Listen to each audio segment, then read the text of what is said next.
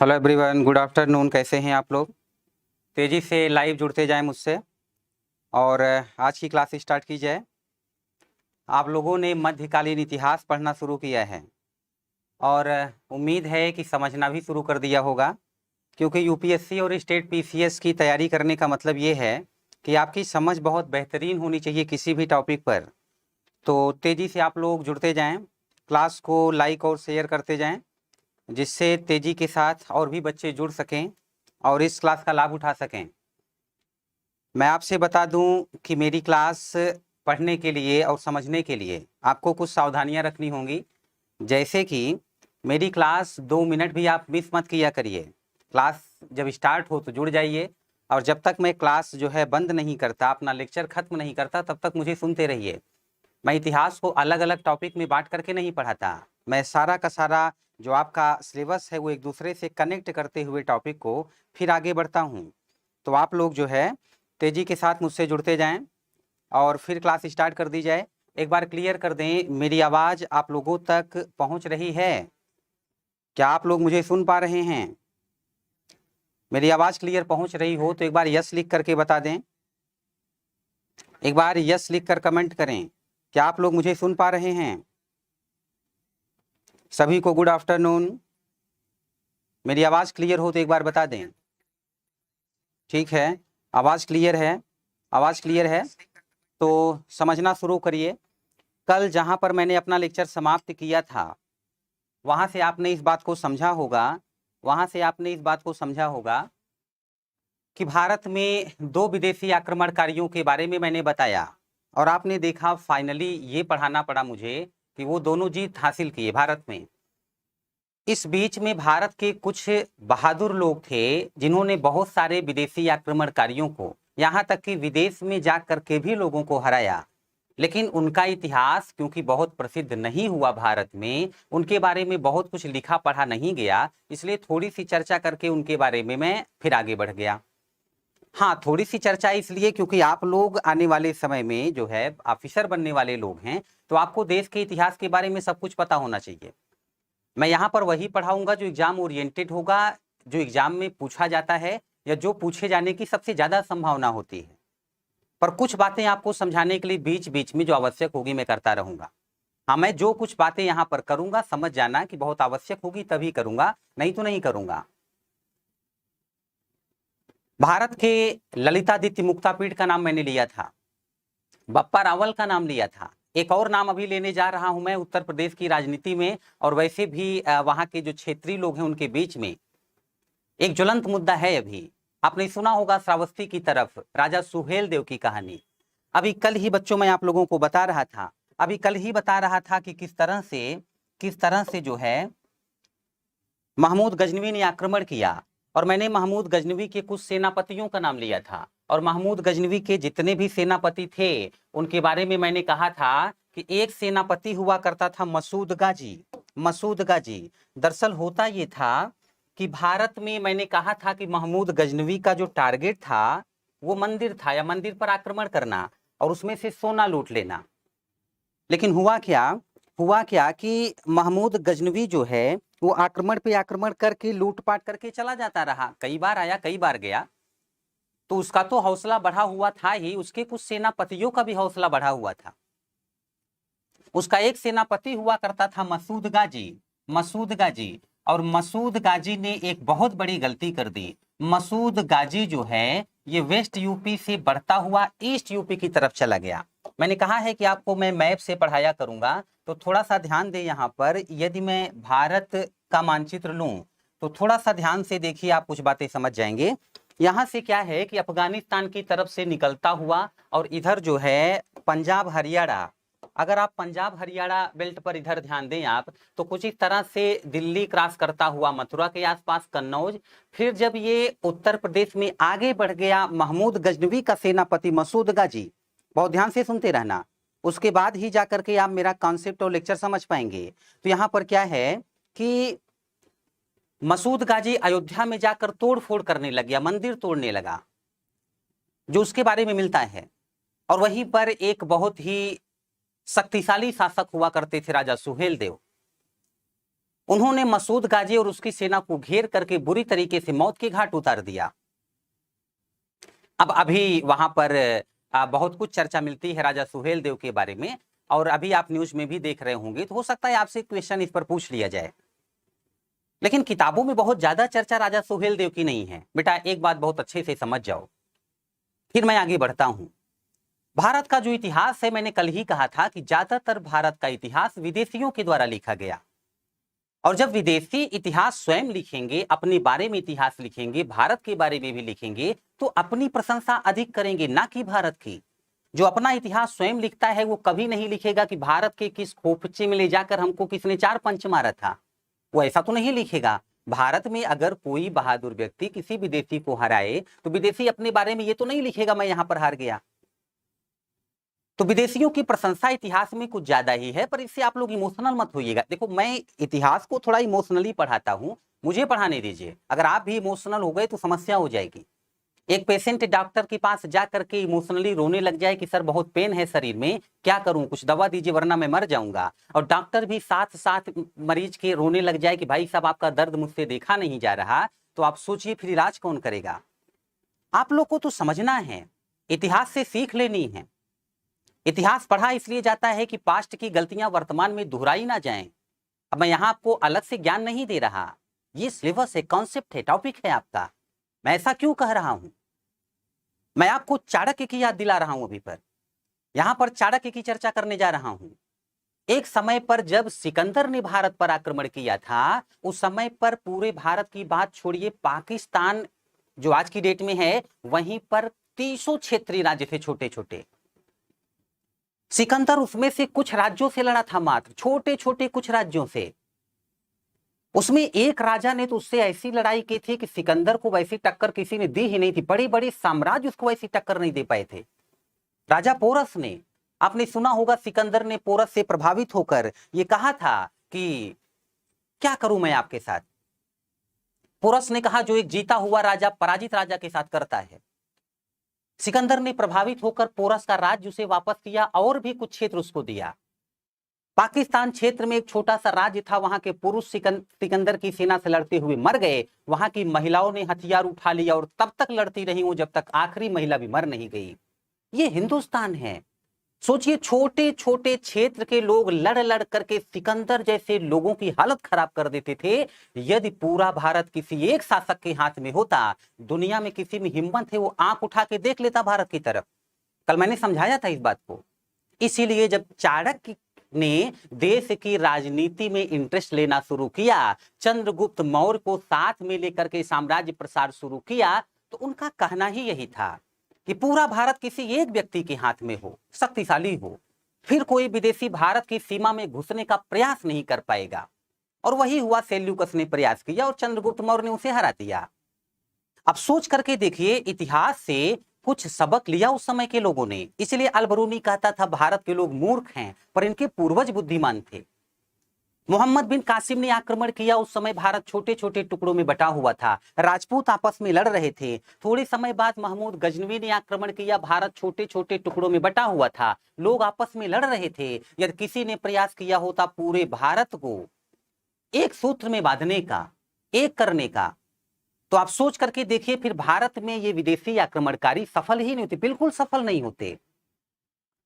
जिस समय की बात अभी मैं करने जा रहा हूं, आज का जो टॉपिक है आपने देखा होगा, मोहम्मद गोरी और कुतुबुद्दीन ऐबक, इनके बारे में मैं आगे बात करूं, इससे पहले आप उस समय की भारत की कंडीशन को थोड़ा सा समझ लो। पर मैं आगे बढ़ूं इससे पहले ये क्लियर कर दो कि जितने लोग मुझे अभी सुन रहे हैं, सारे लोग मेंटली प्रेजेंट हैं? एक बार यस लिखें। मेरी बात ध्यान से सुन पा रहे हैं आप लोग? एक बार यस लिखे। मैं कॉन्सेप्ट को थोड़ा सा और डीप में लेके जा रहा हूं। बढ़िया, सारे लोग मेंटली प्रेजेंट हैं। तो देखिए हुआ क्या, जिस समय मोहम्मद गोरी भारत पर आक्रमण करने जा रहा है, उस समय भारत की कंडीशन कुछ ऐसी थी कि भारत छोटे छोटे टुकड़ों में बटा हुआ था, ये तो आप जानते हैं। पर मैंने ये भी कहा कि भारत के छोटे छोटे टुकड़ों के शासक भी सिकंदर जैसे व्यक्ति की सेना पर भारी पड़ जाते थे। यहां पर बहादुरों की कमी नहीं रही, यहां के बहादुरों की तो मिसाल दी जाती थी दुनिया में। पर कुछ भारत में समस्याएं हैं, कुछ कमियां हैं जिसका फायदा विदेशी उठा सकते हैं। जिस समय पर मोहम्मद गोरी भारत पर आक्रमण करने जा रहा है, उस समय भारत में लोग आपस में लड़ रहे थे, इतना तो मैंने कह दिया। एक दो समस्याएं और समझिए। देखिए, वो समय राजपूतों का समय था, बहुत सारे राजपूत शासक थे, एक से बढ़कर एक शक्तिशाली, लेकिन बात बात में एक दूसरे से लड़ जाना, एक दूसरे को मारना, ये एक बड़ी समस्या थी। अगर देश के लोग ही आपस में लड़ने लग जाए तो देश कमजोर होता है। देखो, एक अच्छे कंपटीटर की तरह समझो आप इस बात को। लड़ाई दो तरह से हो सकती है, एक तो एक दूसरे को रंजिश में मारना, दो राजा लड़ जाओ आपस में, उद्देश्य क्या हो, सिर्फ दुश्मनी। दूसरा ये है कि आप साम्राज्य प्रसार के लिए राजाओं से लड़ो, उनको अपने अधीन बनाते जाओ, उनका क्षेत्र अपने अधीन करते जाओ, अपनी सीमाएं विशाल बना लो, साम्राज्य विशाल बना लो। यदि आपका उद्देश्य एक विशाल साम्राज्य खड़ा करना है तो आपने समझिए भारत को शक्तिशाली बना दिया। कभी चंद्रगुप्त मौर्य ने यह किया था, कभी चंद्रगुप्त विक्रमादित्य ने किया था, लेकिन उद्देश्य बड़ा हो। इस समय पर कोई भी राजपूत शासक आपको ऐसा नहीं दिखेगा जो ये सोचे कि हम पूरे भारत पर कंट्रोल करके भारत को शक्तिशाली बना देंगे, बल्कि लड़ाई का कारण कुछ और हुआ करता था। आप लोग उत्तर प्रदेश से मेरा लेक्चर सुन रहे हैं और उसके बाद आप लोग बहुत कुछ वहां की क्षेत्रीय जो चर्चा होती है, इतिहास होता है, जानते हैं आप। राजा पृथ्वीराज चौहान, आपने सुना होगा, उनकी दुश्मनी हुआ करती थी जयचंद से। इधर बनारस और उसके आसपास का एक बड़ा क्षेत्र जयचंद का था। यही नहीं, आपने महोबा का नाम सुना होगा उत्तर प्रदेश में। महोबा में दो बड़े बहादुर योद्धा हुआ करते थे, आल्हा और उदल।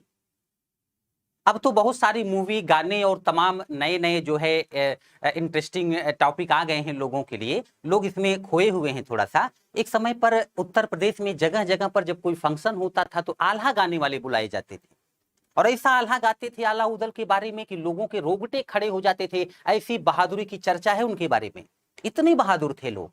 लेकिन रिजल्ट क्या रहा? पृथ्वीराज चौहान की जयचंद से दुश्मनी, पृथ्वीराज चौहान की सेना से लड़ते हुए आल्हा और उदल, आप जानते होंगे उसमें मृत्यु भी हुई उनकी। राजा परमर देव के सेनापति हुआ करते थे, मैं चर्चा करूंगा। अब जयचंद और पृथ्वीराज चौहान की लड़ाई का क्या उद्देश्य है, ये समझना आपके लिए कठिन कार्य हो जाएगा। और अब मैं थोड़ी सी और विशेष प्रकार की बात यहां करने जा रहा हूं, समझते रहिए। डायरेक्ट अभी पॉइंट बताऊंगा, समझ नहीं पाएंगे, ये कॉन्सेप्ट है, समझिए। क्योंकि अब जो कुछ मैं पढ़ाने जा रहा हूं, अब तक मैं विदेशी लुटेरों के बारे में पढ़ा रहा था, पर इस बार जो भारत में घुसने वाला है उसको भारत से सिर्फ सोना चांदी नहीं चाहिए, सिर्फ मंदिर ध्वस्त करना उसका उद्देश्य नहीं है, वह भारत के क्षेत्रों पर कब्जा करना चाहता है। इस बार जमीन चाहिए उसे, उद्देश्य अलग है। इसलिए भारत में उस समय की जो जमीनी सच्चाई थी, हकीकत थी, उसको समझ जाइए। मैं बोर्ड पर कुछ काम करने जा रहा हूं, ध्यान से इस बात को समझिएगा, अभी पूरा का पूरा लेक्चर ही समझ जाओगे आप। देखिए, जैसे एक राजा का इतना बड़ा क्षेत्र है,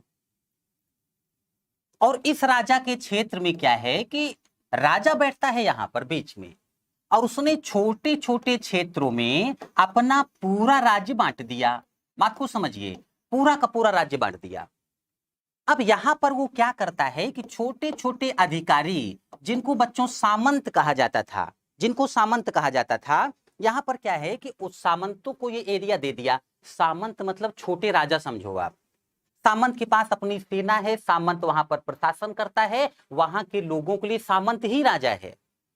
सामंत का कार्य है इस जमीन से लोगों से टैक्स लेकर के अपना खर्च निकाले, सेना का खर्च देखे, प्रशासन देखे, बचा हुआ खर्च जो है वो राजा के पास भेज दे। इसको ऐसे समझ लो जैसे आज राज्य और केंद्र समझ लो, राज्यों से टैक्स केंद्र सरकार के पास आता है, पर यह सिस्टम थोड़ा सा डिफरेंट है, उस समय थोड़ा सा डिफरेंट मामला है। ये समझौता ये होता था कि यदि कोई विदेशी आक्रमणकारी आता है तो राजा अपनी सेना लेकर और जितने सामंतों के पास सेना है सब सेना लेकर के और फिर जाएं दुश्मन को हरा दें।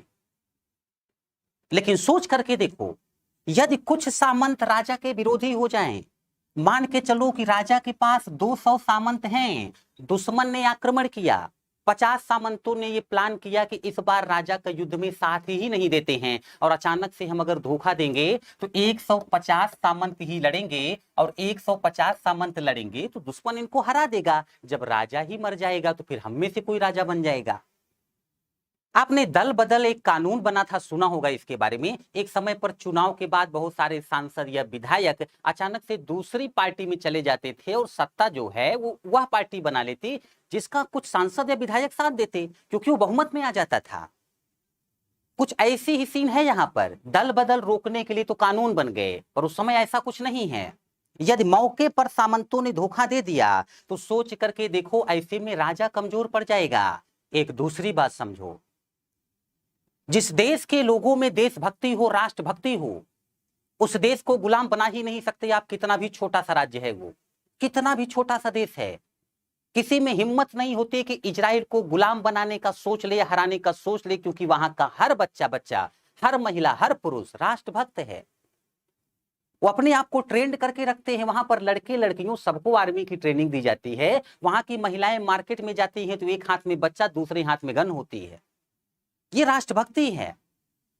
यदि भारत में उस समय पर देशभक्ति की भावना होती तो ऐसा नहीं हो सकता था, पर देशभक्ति होगी कहां से? आप सोच करके देखो, सामंत जनता को परेशान करते थे। जनता सामंत से त्रस्त है और जनता सामंत को जानती है। राजा से उसका कोई खास पाला नहीं पड़ रहा, कोई वास्ता नहीं है। अगर राजा को कोई प्रॉब्लम भी हो गई तो जनता को क्या मतलब है?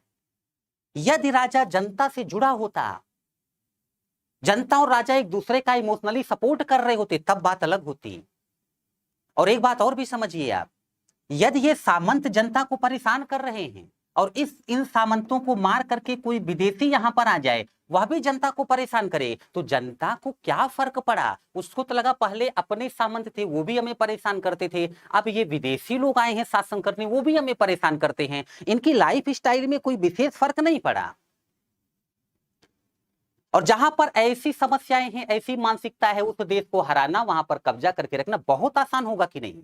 आसान होगा कि नहीं? यस या नो में लिखें, आसान होगा कि नहीं? यस या नो में उत्तर दें फास्ट। जिस देश में ऐसी समस्याएं हैं उस देश पर कब्जा करना आसान है या नहीं? यस या नो में उत्तर लिखें। मैं भी देखूं आप लोग समझ रहे हैं या मैं अकेला ही इमोशनल हो रहा हूं? बहुत बढ़िया, समझ रहे हैं आप लोग, ठीक है। चलिए अब मैं आपको मोहम्मद गोरी के बारे में बताता हूं। मोहम्मद गोरी जैसे लोग राजपूत शासक सिद्धांतवादी हुआ करते थे। राजपूत शासक का मतलब यह है कि सामने वाले की पीठ पर वार नहीं करेंगे, भागते हुए दुश्मन को नहीं मारेंगे, छोटे बच्चे के, महिला के ऊपर वार नहीं करेंगे हम। लेकिन जो मुस्लिम शासक अभी आक्रमण कर रहे हैं वो सिद्धांत से नहीं लड़ते थे। उनको मौका मिला तो वो आपको जैसे भी मार पाए मार देंगे। राजपूत शासक दिन भर लड़ते थे लेकिन शाम को नहीं लड़ते थे,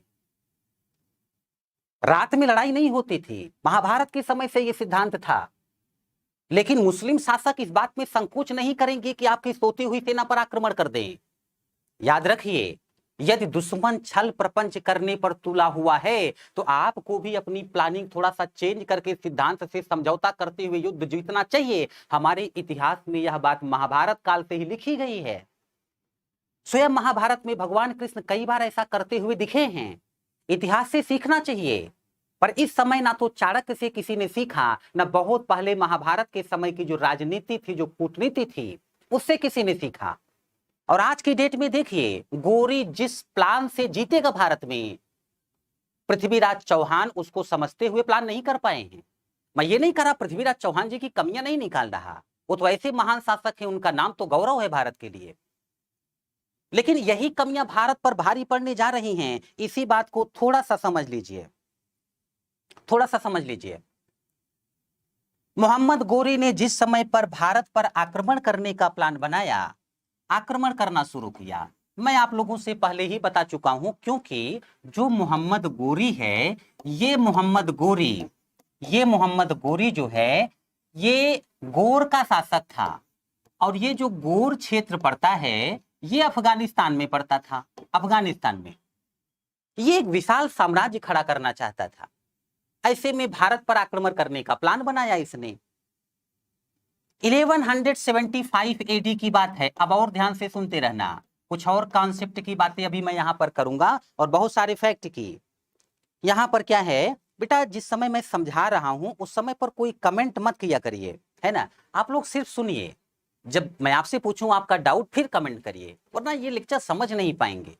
और शुरुआत के लेक्चर किसी टीचर के बेस का काम करते हैं, नींव का काम करते हैं। जितना मजबूत नींव होती है उतना आप जितने फ्लोर चाहो बिल्डिंग बनाते जाओ, जितना बेहतरीन आप शुरू के लेक्चर समझ जाओगे बाकी लेक्चर समझने में उतनी आसानी होगी। सिर्फ सुनिए आप मैं क्या कह रहा हूं। 1175 एडी की बात है, मोहम्मद गोरी ने मुल्तान पर आक्रमण किया। बहुत पहले अरब ने भी यहां पर आक्रमण किया था। अफगानिस्तान से निकल ये पाकिस्तान क्षेत्र में पड़ता। मोहम्मद गोरी ने क्या किया, 1178 एडी में अटैक किया गुजरात पर। गुजरात पर इस समय गुजरात के शासक हुआ करते थे भीम सेकंड अथवा बघेल भीम, अथवा बघेल भीम, बघेल भीम, भीम सेकंड अथवा बघेल भीम। ये चालुक्य अथवा सोलंकी वंश के शासक हुआ करते थे। चालुक्य अथवा सोलंकी वंश के शासक हुआ करते थे, तो ये इस समय के शासक थे यहाँ पर। अच्छा, आप लोगों ने बाहुबली मूवी देखी होगी। जैसे बाहुबली मूवी में बाहुबली की मदद करती हैं एक बड़े ताकतवर शासक को हराने में राजमाता शिवगामी देवी। आपने देखा होगा वो कैसे सेना लड़ेगी, सारी प्लानिंग में हिस्सा लेती थी वो। ऐसे इस बार भीम सेकंड की माता जी हुआ करती थी जिनका नाम था नायिका देवी, और नायिका देवी ने अपने बेटे की हेल्प की, तो जाहिर सी बात है कि शक्तिशाली हो जाएंगे ये। बहुत बुरी तरीके से हराया भीम सेकंड ने मोहम्मद गोरी को। यह गोरी की भारत में पहली हार है। और वैसे भी याद रखना, चाहे भीम सेकंड हो या भीम जी हो या छोटा भीम, शक्तिशाली सब होते हैं। दरअसल भीम नाम ही भारत में शक्ति का प्रतीक है। ऐसी बुरी तरीके से पिटाई की भीम सेकंड ने कि मोहम्मद गोरी भाग खड़ा हुआ। लेकिन साम्राज्य प्रसार उसका उद्देश्य है, तो ऐसा तो नहीं है कि भाग जाएगा फिर नहीं आएगा। उसने फिर आक्रमण पे आक्रमण किए। 1179 एडी की बात है। 1179 ईस्वी में उसने सिंध और उसके निचले हिस्से उच्छ पर आक्रमण किया। उच्छ पर अभी भी पाकिस्तान क्षेत्र में है, ये मैप के हिसाब से सोचते रहना। अफगानिस्तान से निकला है, पाकिस्तान क्षेत्र में दिख रहा है आपको। गुजरात से हार करके भाग गया है। गुजरात वाली लड़ाई को अहिलवाड़ का युद्ध भी कहा जाता है, गुजरात या अहिलवाड़ का युद्ध। तो यहां पर क्या है, सिंध या उच्छ पर 1181 में इसने अटैक किया लाहौर पर। यह भी वर्तमान समय में पाकिस्तान में पड़ेगा, लाहौर पर। 1185 में इसने अटैक किया सियालकोट पर। स्टेट पीसीएस में आपसे 4 ऑप्शन देकर के पूछ लिया जा सकता है, युद्धों को क्रम से बताइए, कौन पहले हुआ कौन बाद में, इसलिए याद करना पड़ेगा। सबसे महत्वपूर्ण पॉइंट ही मैं आपके सामने रख रहा हूं। फिर क्या हुआ, 1186 एडी की बात है, फिर अटैक किया इसने लाहौर पर। आप जानते हैं बहुत पहले से लाहौर क्षेत्र पर शासन हुआ करता था। लाहौर क्षेत्र पर अटैक किया था महमूद गजनवी ने, और महमूद गजनवी के वंशज वहां पर शासन करते थे। भारतीयों की बेटा एक कमी उस समय की और समझ लो। यदि अफगानिस्तान के लोग भारत में घुस करके कुछ क्षेत्र पर कब्जा किए हुए हैं, तो भारत के शासकों ने उनको निकाला क्यों नहीं, और नहीं निकाला तो उनका कॉन्फिडेंस बढ़ेगा। ऐसा नहीं था कि भारत में उस समय ताकतवर लोग नहीं हुआ करते थे। महमूद गजनवी के समकालीन थे दक्षिण भारत के नेपोलियन राजेंद्र चोल। इतने शक्तिशाली थे कि 1-2 घंटे भी गजनवी उनके सामने टिक नहीं सकता था। लेकिन राजेंद्र चोल ने गजनवी में कोई इंटरेस्ट नहीं लिया, इंटरेस्ट ही नहीं लिया। अभी तक देख लीजिए, मलिक खुसरो ये गजनवी वंश से है, यहां पर शासन करता है, और मलिक खुसरो को अब जाकर के हराया है मोहम्मद गोरी ने। थोड़ा थोड़ा करके ही गोरी अपना क्षेत्र बढ़ा रहा है, अफगानिस्तान से आगे बढ़कर पाकिस्तान में बहुत सारे क्षेत्रों पर कब्जा कर रहा है। और 1189 एडी की बात है, इसने अटैक कर दिया भटिंडा पर। और मैं आपको बता दूं, भटिंडा जैसे ही गोरी के कंट्रोल में आया, सुनते रहिएगा सुनते रहिएगा, गोरी के जैसे ही कंट्रोल में आया, भटिंडा से जो सीमा गोरी की है वो अब टच करने लग गई पृथ्वीराज चौहान की सीमा से। यदि मोहम्मद गोरी को भारत पर कब्जा करना है तो पृथ्वीराज चौहान को हराना अब आवश्यक है। अब गोरी तैयारी कर रहा है पृथ्वीराज चौहान को हराने की। और पृथ्वीराज चौहान को तैयारी करने की कोई आवश्यकता ही नहीं थी, बड़े शक्तिशाली व्यक्ति थे, बहुत ही शक्तिशाली थे। तो ऐसे में क्या हुआ कि मोहम्मद गोरी जो है उसने पृथ्वीराज चौहान पर अटैक किया। बात है 1191 की। अच्छा एक बात और, इस समय पर 1191 ईस्वी की बात है ये, जो लड़ाई होगी। अच्छा मुझे कुछ और कॉन्सेप्ट आपको समझाना है बच्चों, तो एक बार फिर से क्लियर कर दो। सारे लोग मेंटली प्रेजेंट हो?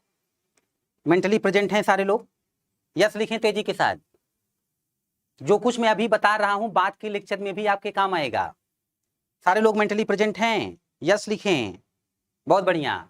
देखिए, यदि भारत किसी एक शासक के हाथ में है, जैसे चंद्रगुप्त मौर्य के समय में था, अशोक के समय में था, तो बेटा भारत का जो बॉर्डर है उसको वैसे समझो, भारत का जो बॉर्डर है मतलब उधर नॉर्थ वेस्ट की तरफ, ये अफगानिस्तान तक था।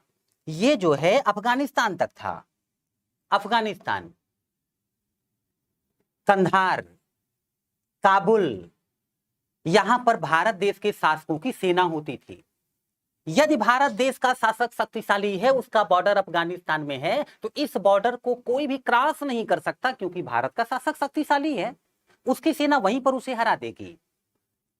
लेकिन भारत का शासक थोड़ा भी कमजोर निकला तो क्या होगा कि विदेशी आक्रमणकारी आगे बढ़ेंगे, तब भारत में एक और ये सुरक्षा पंक्तियां हैं, अपने साम्राज्य को सुरक्षित रखने के लिए भारत के शासकों की सुरक्षा पंक्तियां हैं ये। उसके बाद दूसरा जो यहां पर कहें बॉर्डर या सुरक्षा पंक्ति, तो लाहौर के पास हुआ करती थी। दुश्मन की सेना को वहां पर रोक लो। अच्छा एक बात और समझिए, मैंने पहले ही लेक्चर में कहा है कि नॉर्थ इंडिया, उत्तर भारत का यूपी, बिहार, पंजाब, हरियाणा, बंगाल, उड़ीसा, यहाँ पॉपुलेशन अच्छी थी, एग्रीकल्चर अच्छा होता था, तो यहाँ के शासक इनकम ज्यादा थी, उनकी बड़ी बड़ी सेनाएं बनाते थे, बड़े शक्तिशाली होते थे। और ऐसे में एक बात यहां पर यह भी समझो कि ज्यादातर क्या होता था, अभी दिल्ली में अगर कोई शासन करे, ये पॉइंट अभी ज्यादा इस पर दिमाग मत लगाना, आगे समझ जाओगे। यदि कोई दिल्ली को राजधानी बनाकर पूरे उत्तर भारत पर कंट्रोल करना चाहे, तो दिल्ली से इधर मध्य प्रदेश की तरफ, इधर ये बंगाल की तरफ, इधर पाकिस्तान की तरफ, इधर जम्मू कश्मीर की तरफ, समझो दिल्ली एक प्रकार से सेंटर हो गई। इसलिए ज्यादातर अभी जो इतिहास में आपको पढ़ाऊंगा, जब भारत में बहुत सारे लोग कब्जा करेंगे तो वो अपनी राजधानी को दिल्ली बनाएंगे। इसीलिए थोड़े समय बाद मैं आपको दिल्ली सल्तनत का ही इतिहास पढ़ाऊंगा, बात को समझिए। अच्छा इस समय की भी कहानी ये है कि अगर कोई दिल्ली और राजस्थान या ऐसी जगह पर बैठता है, शासन करता है, यदि उसने भारत में घुसते हुए दुश्मन को अफगानिस्तान में नहीं रोका, अच्छा बस 2 मिनट वेट करिए, अभी सही हो जाएगा, थोड़ा टेक्निकल प्रॉब्लम है।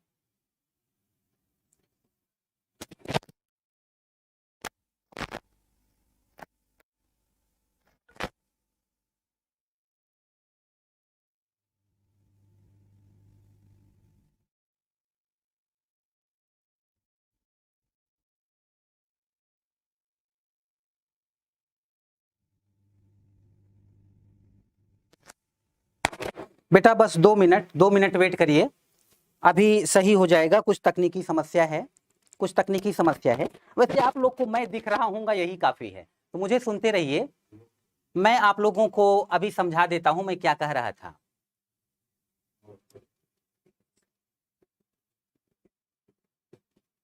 मैं अभी क्लियर करता हूं मैं क्या समझा रहा था।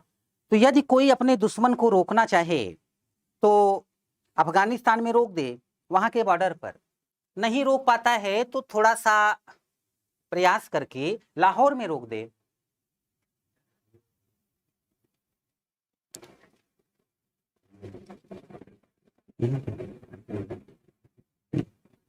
एक मिनट बस, थोड़ा सा सही कर लूं मैं ये।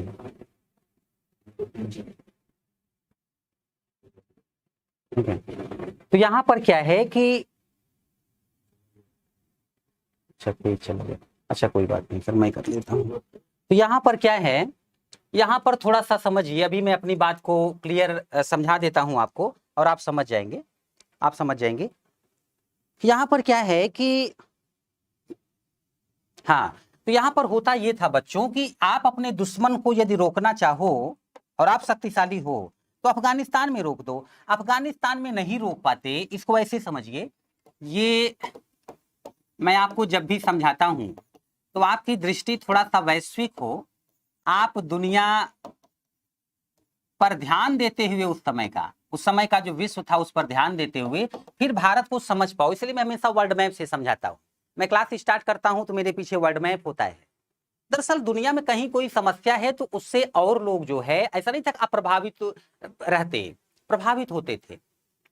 अभी देखो चीन में वायरस फैला और पूरी दुनिया प्रभावित है। एक समय पर ऐसा होता था, मुस्लिम शासकों ने रास्ता रोका, फिर यूरोपियंस ने नया रास्ता खोजा, फिर भारत प्रभावित हुआ उससे और गुलाम भी होता चला गया। ऐसा होता था। तो क्या हुआ कि जैसे ये भारत है, आप अपने दुश्मन को अफगानिस्तान में रोक दो, नहीं रोक पाए तो पाकिस्तान के लाहौर में रोक दो। यदि वहां पर भी आप नहीं रोक पाए और आप दिल्ली में बैठते हैं, आपको पता है कि लाहौर से सेना आगे निकली, आपने रोकने का प्रयास किया, नहीं प्रयास किया। दोनों स्थितियों में यदि दुश्मन दिल्ली पर अटैक कर रहा है तो या तो दिल्ली में दुश्मन को घुसने दो आप और अपने लोगों को मारने दो, पिटने दो, और या तो दिल्ली बचाने के लिए आपके पास जो अवसर है वो अंतिम अवसर समझ लो अब आप, कि दिल्ली से बाहर निकलकर या तो दुश्मन को वहीं खत्म कर दो और अपने आप को सुरक्षित कर लो, अपने लोगों को सुरक्षित कर लो, और यदि हार गए तो फिर आपके राज्य का लुटना तो तय है। इसीलिए जब भी दिल्ली के शासक थोड़ा भी कमजोर हुए, दुश्मन दिल्ली के पास तक तभी पहुंचेगा, वरना नहीं पहुंचेगा। और जब दिल्ली के पास पहुंचेगा तो दुश्मन की सेना दिल्ली के पास आएगी, दिल्ली की सेना भी दिल्ली के बाहर निकलेगी, और दिल्ली के बाहर ही हरियाणा है। यही वजह है बच्चों, 3 लड़ाइयां तराइन में होंगी जो कि हरियाणा में है, 3 लड़ाइयां पानीपत में होंगी, पानीपत भी हरियाणा में है, करनाल में लड़ाई होगी, करनाल भी हरियाणा में है, कुरुक्षेत्र की लड़ाई तो आप लोग जानते ही हैं। अब आप समझ रहे होंगे हरियाणा में ही सबसे ज्यादा ये पूछे जाते हैं क्वेश्चन, हरियाणा में बड़ी लड़ाइयां क्यों हुई। तो इस बार भी क्या हुआ कि 1191 ईस्वी की बात है, 1191, 1191 ईस्वी की बात है। तराइन का मैदान है, तराइन का मैदान हरियाणा का, और तराइन की पहली लड़ाई होने जा रही है। एक तरफ है एक व्यक्ति जिसका नाम है मोहम्मद बिन साम, मोहम्मद बिन साम, मोहम्मद बिन साम। एक तरफ है राय पिथौरा, राय पिथौरा एक तरफ है, राय पिथौरा, अथवा अथवा पृथ्वीराज, अथवा इन्हीं का नाम है पृथ्वीराज तृतीय। आप सोच रहे होंगे ये लोग कौन हैं, तो ये लोग कौन है, देखो बेटा, मोहम्मद बिन साम जो है ये नाम है मोहम्मद गोरी का, अथवा इसे ही मुइजुद्दीन गोरी भी कहा गया है, मुइजुद्दीन गोरी। और रही बात राय पिथौरा की, तो याद रखना एक बार क्वेश्चन आया था, मोहम्मद गोरी को तराइन के युद्ध में किसने हराया। ऑप्शन में था Prithviraj first, Prithviraj second, Prithviraj third, Prithviraj fourth. लोग ढूंढ रहे थे पृथ्वीराज चौहान को, ये पृथ्वीराज तृतीय ही पृथ्वीराज चौहान हैं, इसलिए आपको कई बार शासकों के कई नाम जानने पड़ेंगे। यही पृथ्वीराज चौहान हैं। इन दोनों के बीच युद्ध हुआ, पृथ्वीराज चौहान, पृथ्वीराज चौहान। इस बार इन्होंने मोहम्मद गोरी को बुरी तरीके से तराइन के मैदान में हरा दिया। गोरी घायल था, गोरी भाग रहा था, चौहान चाहते तो गोरी को वहीं मार सकते थे, लेकिन हमारी आवश्यकताएं कम हैं क्योंकि हमारे जमीर में दम है। बड़ी पुरानी लाइन है। भारत के लोग सिद्धांतवादी थे, भागते हुए दुश्मन की पीठ पर मारते ही कहां थे, अरे यह व्यक्ति बार बार प्रॉब्लम क्रिएट कर रहा है, खत्म करो इसे यहां पर। 17 बार कहते हैं पृथ्वीराज चौहान ने मोहम्मद गोरी को हराया है, पर जान से नहीं मारा क्योंकि हर बार वो भाग जाता था। पृथ्वीराज चौहान को पता था कि ये मेरा कुछ बिगाड़ नहीं सकता, तो कॉन्फिडेंस था। लेकिन आप इस बात को समझिए, थोड़ा सा कूल होकर मैं सिलेबस से हट रहा हूं, ज्यादा नहीं, समझाने के लिए ही आपको मैं कुछ उदाहरण देता हूं। भारत में देखो हीरो क्या होता है, कितना भी ताकतवर हो हमारी मूवी में, पर एक कमजोरी उसे कमजोर बना देती है। एक बार एक्ट्रेस विलेन के हाथ लग जाए बस, उसके बाद देखिए शोले मूवी में वीरू जैसा हीरो भी बेबसी से चिल्ला रहा होता है कि बसंती इन कुत्तों के आगे मत नाचना। एक कमजोरी कमजोर करती है।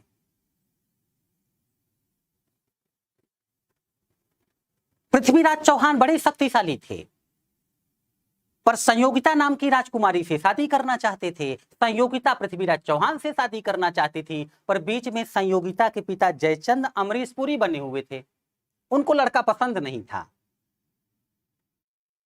स्वयंवर का आयोजन किया गया, पृथ्वीराज चौहान को बुलाया ही नहीं गया। भारत में एक्ट्रेस की शादी हो, एक्टर ना जाए, पॉसिबल है? एक मूवी देखी थी, आप लोगों ने भी देखी होगी, सूर्यवंशम। एकदम सीधा सरल लड़का हीरा ठाकुर अपने ही घर पर नौकरों की तरह जीवन व्यतीत करता था।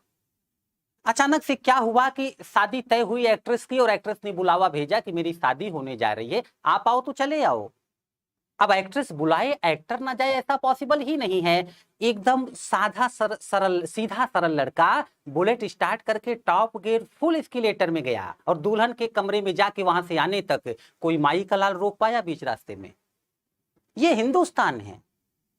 पृथ्वीराज चौहान गए स्वयंवर से, संयोगिता को अपने साथ में लेकर के चले आए। जयचंद ने भी बुरा माना, कुछ अन्य शासकों ने भी इस बात का बुरा माना। दिल्ली में तोमरों का शासन था, तोमर, और तोमरों से दिल्ली पृथ्वीराज चौहान ने छीनी थी। ऑलरेडी तोमर उनके दुश्मन थे। इस बार जयचंद ने गद्दारी करने का सोचा। उनको लगा गोरी का दुश्मन चौहान है, मेरा भी दुश्मन चौहान है, दुश्मन का दुश्मन दोस्त होता है, तो क्यों ना गोरी से दोस्ती कर लूं मैं। इस बार जयचंद गोरी से मिल गया। मैंने कहा था पृथ्वीराज चौहान के पास बहुत सारे सामंत थे, लगभग 150 सामंत यदि गए थे तराइन की पहली लड़ाई में लड़ने, तो इस बार जयचंद ने कई सामंतों को चौहान से दूर कर दिया। इस बार पृथ्वीराज चौहान के जो सहयोगी हैं, जयचंद ने उनको दूर कर दिया है। मोहम्मद गोरी को इनडायरेक्टली सपोर्ट करने की बात भी कर दिया। भारत के अपने लोग अब गद्दारी पर उतर आए हैं, और मोहम्मद गोरी को ये बात पता है। कॉन्फिडेंस बढ़ गया गोरी का। इसीलिए तो मैं कहता हूं, ये हमें तो अपनों ने ही लूटा, गैरों में कहां दम था। मोहम्मद गोरी ने आक्रमण करने का प्लान तुरंत बना लिया, और जैसे ही प्लान बनाया, एक साल बाद ही 1192 ईस्वी की बात है, फिर वही स्टेट, फिर वही मैदान, फिर वही योद्धा, तराइन की दूसरी लड़ाई। अगर इस बार कुछ बदला हुआ है तो भारत के कुछ लोगों की मानसिकता, गद्दारी करने की प्रबल इच्छा। ऐसे में क्या हुआ कि इस बार, अच्छा कुछ और भी मामला है यहाँ पर। देखिए, थोड़ी देर पहले मैं कह रहा था कि जो मैं कॉन्सेप्ट समझा रहा हूं समझ जाओ, बहुत कुछ समझ जाओगे। इस बार तराइन के मैदान में एक तरफ सेना है गोरी की, एक तरफ सेना है चौहान की। और हुआ ये कि दिन भर चौहान की सेना लड़ी, गोरी की भी सेना लड़ी, लेकिन गोरी ने अपनी एक सेना की टुकड़ी या बहुत बड़ी सेना को आराम करने के लिए बैठा दिया था। राजपूत दिन भर लड़ते लड़ते थक गए, पूरी राजपूतों की सेना। गोरी की सेना, आधी सेना तो समझो आराम की हुई थी दिन भर। यदि शाम होते ही या रात में गोरी अपनी उस सेना से कहते जाओ राजपूतों पर अटैक करो, थकी हुई सोती हुई राजपूत सेना को संभलने का अवसर मिलेगा क्या? और यही हुआ था इस बार।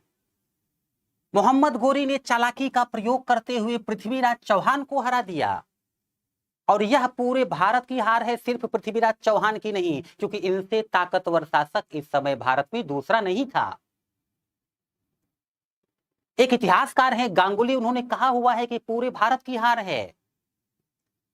मैंने कहा था कि राजधानी दिल्ली को बनाते थे ज्यादातर उत्तर भारत पर शासन करने वाले लोग, और अभी तो शुरुआत हुई है। 1193 ईस्वी में ही गोरी ने भारत में अपने विजित क्षेत्रों की राजधानी बनाई दिल्ली को। क्वेश्चन महत्वपूर्ण है, आपसे पूछा जा सकता है, आपसे पूछा जा सकता है। गोरी ने दिल्ली को राजधानी बना लिया, विजित क्षेत्रों की राजधानी भारत में। अब एक बात और भी समझिए, आप लोग तो जानते हैं, एक लाइन है उत्तर प्रदेश में बहुत बोली जाती है, कर भला हो भला। पर इसी लाइन को अगर दूसरे तरीके से बोलूं तो कर बुरा और हो बुरा, ये भी तो हो सकता है। जयचंद कोई गोरी का रिलेटिव नहीं था। जयचंद को लगा कि चौहान से गोरी की दुश्मनी है, मुझे क्या फर्क पड़ता है। जयचंद गोरी को समझ ही नहीं पाया। मैप को दिमाग में अपसेट करो, आप सोचो अफगानिस्तान से निकलो पाकिस्तान में घुसो, पाकिस्तान से और आगे निकलो वर्तमान समय में भारत के प्रदेशों में घुसो, दिमाग से आप सोचते रहो।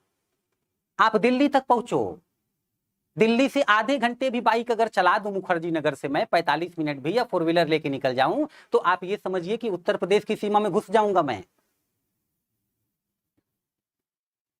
मोहम्मद गोरी आगे बढ़ा, बहुत समय नहीं हुआ था भी, 1194 ईस्वी की बात है। कन्नौज और इटावा के मध्य एक मैदान है, कन्नौज और इटावा के मध्य बेटा एक मैदान है, वहां पर लड़ाई हुई और इस लड़ाई को कहा जाता है 1194 ईस्वी में, इस लड़ाई को कहा जाता है चंदावर का युद्ध। और इस बार जो व्यक्ति मौत के घाट उतारा गया ये वही थे गद्दार महोदय जयचंद।